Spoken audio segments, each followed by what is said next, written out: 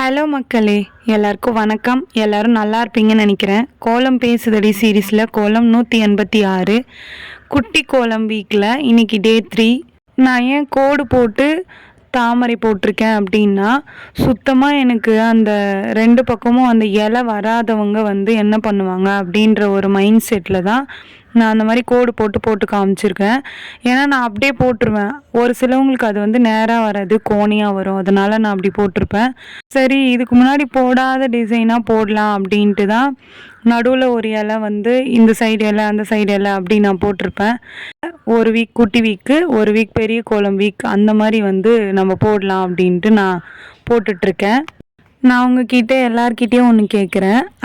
ரெகுலராக நம்ம சேனலை ஃபாலோ பண்ணுறவங்களோ சப்ஸ்கிரைப் பண்ணுறவங்க 2 பேருக்குமே நான் ஒன்று கேட்குறேன். இவ்வளோ நாள் கோலம் போட்டிருக்கேன்ல, என்னோடய கோலம் பார்த்துட்டு அட்லீஸ்ட் நம்ம ட்ரை பண்ணி பார்க்கலாம் அப்படின்ட்டு யாருக்காச்சும் தோணியிருக்கா?